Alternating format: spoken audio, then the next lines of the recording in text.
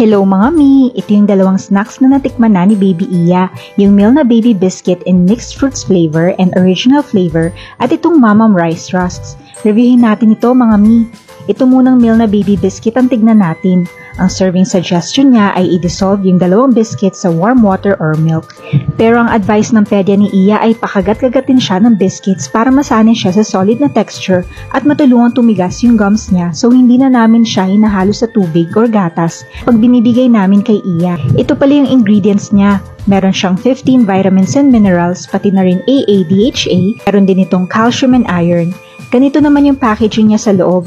Merong isang pack at pag binuksan mo, andun na lahat ng biscuits. Nagustuhan naman ito ni Iya, minsan nga lang hindi niya nauubos. Nung tinikman ko nga parang may konting pagkalasa ng isda dahil siguro yun sa kasamang ingredient na AA-DHA.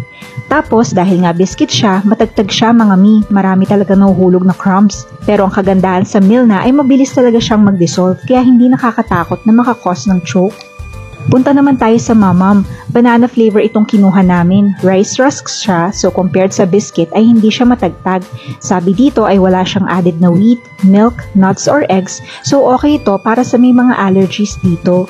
Wala rin siyang added artificial ingredients and preservatives. Gusto ko yung packaging niya mga mi kasi aside dun sa outer wrapper niya, individually packed siya and each pack contains 2 rice rusks. Compared sa Milna, mas mabilis itong kagatin and masasabi ko na mas nagustuhan ito ni Iya. Lagi niyang nauubos yung dalawang rice rusks na binibigay ko. Malalasahan mo rin talaga yung banana flavor. Nasarapan nga rin ako sa lasa ng Mamam kaya ayan, nakikikagat ang mamshi nyo.